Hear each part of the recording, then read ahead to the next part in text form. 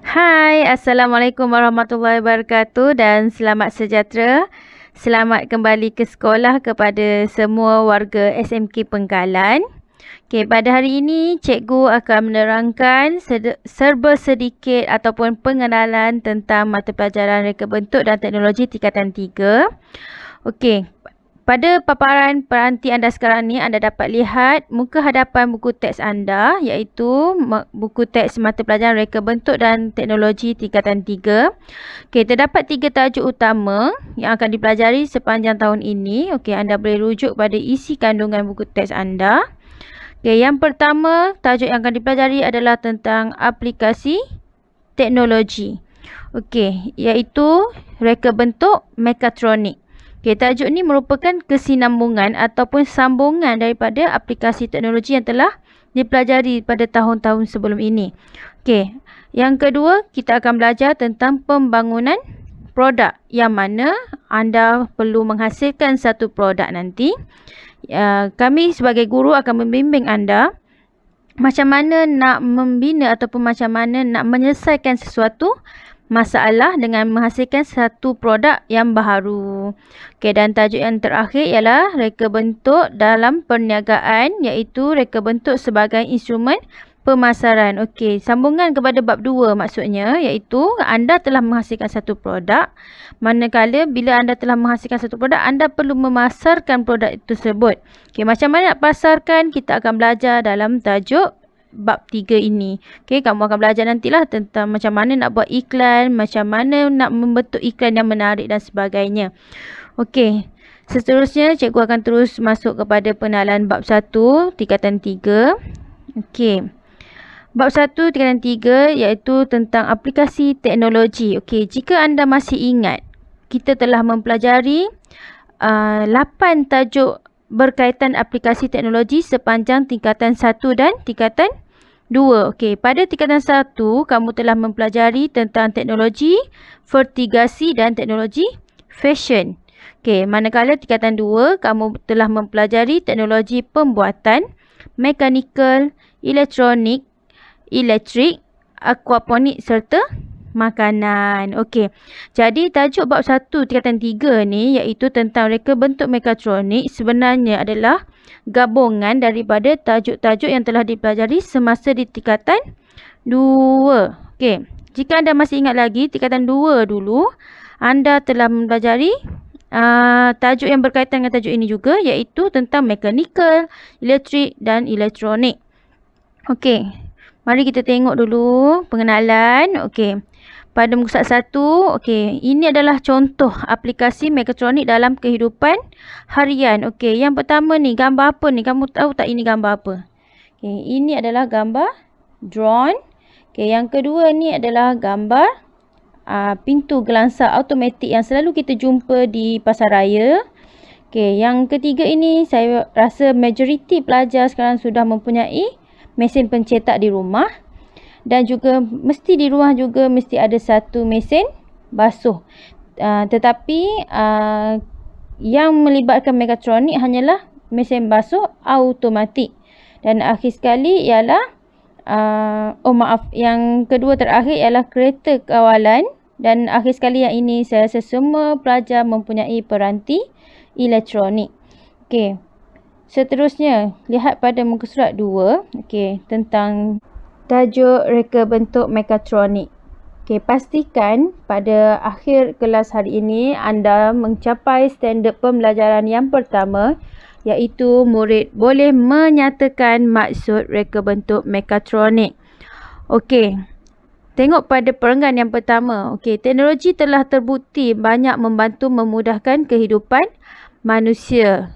Kalau kita tengok pada hari ini, banyak kemudahan ataupun teknologi yang telah kita guna pakai dalam memudahkan kerja harian kita. Okey, tengok perenggan kedua pula. Okey, pada perenggan kedua, semasa di tingkatan 2, anda telah mempelajari tentang aplikasi teknologi seperti reka bentuk mekanikal, reka bentuk elektrik dan reka bentuk elektronik. Okey, manakala pada tajuk bab 1 tingkatan 3 ini, kamu akan mengaplikasikan semua pengetahuan tahun lepas tu dan akan digabungkan dengan sistem kawalan dan pengaturcaraan bagi menghasilkan reka bentuk produk mekatronik. Okey, kat bawah ni ada beberapa gambar ataupun beberapa contoh reka bentuk produk mekatronik yang sering kita temui dalam kehidupan harian. Okey, yang pertama mesin fotokopi. Okey, mesin fotokopi ni saya rasa semua ataupun majoriti pelajar pernah lihat mesin fotokopi di kedai alat tulis. Di sekolah pun ada, okey. Ataupun di rumah kita ada mesin pencetak ataupun kita panggil printer. Okey, yang kedua, lift. Okey, pernah naik lift? Okey, mesti saya rasa pernah ni. Semua pelajar SMK Pengkalan saya rasa pernah sampai di yang paling dekat Aeon lah, kita pernah naik lift kan. Okey, lift juga merupakan satu produk mekatronik. Dan akhir sekali iaitu contoh dalam buku teks ini adalah palang automatik pun ada di Aeon. Okey, kalau tak pernah lihat, nanti dah habis PKP, ajak mak ayah pergi tengok lift dengan palang automatik di Aeon. Okey, seterusnya tengok pada muka surat 3 buku teks anda. Okey, menyatakan maksud reka bentuk mekatronik. Okey. Pada muka surat ini juga ada satu contoh lengan robotik, iaitu merupakan salah satu contoh produk mekatronik. Okey, mari kita teruskan kepada tujuan utama kita, iaitu menyatakan maksud reka bentuk mekatronik. Okey, kamu boleh rujuk pada perenggan yang ketiga. Okey, reka bentuk mekatronik bermaksud reka bentuk produk atau sistem yang menggabungkan disiplin ilmu elektrik, mekanikal, elektronik, kawalan dan pengaturcaraan untuk mencapai tujuan yang dikehendaki. Okey, maka perenggan ini satu sahaja kamu kena ingat, iaitu tentang maksud reka bentuk mekatronik. Okey, saya ulang lagi sekali. Maksud reka bentuk mekatronik adalah reka bentuk produk atau sistem yang menggabungkan disiplin ilmu elektrik, mekanikal, elektronik, kawalan dan pengaturcaraan untuk mencapai tujuan yang dikehendaki. Okey, itu adalah maksud reka bentuk mekatronik. Okey, seterusnya, okey, kamu boleh tengok pada muka surat 4. Okey. Kemajuan teknologi ataupun kita panggil revolusi industri telah bergerak semakin maju seiring dengan peredaran masa. Okey. Terdapat 4 revolusi utama, iaitu revolusi 1.0, iaitu bermula dengan penggunaan reka bentuk mekanikal bagi menggantikan tenaga manusia untuk menghasilkan suatu produk. Okey, revolusi industri 2.0 iaitu bermula dengan penemuan tenaga elektrik yang membolehkan produk dihasilkan dalam kuantiti lebih cepat dan lebih besar skala penghasilan produk. Okey. Seterusnya, revolusi industri 3.0 bermula dengan penggunaan meluas reka bentuk elektronik dan seterusnya penggabungan reka bentuk bagi menghasilkan reka bentuk mekatronik.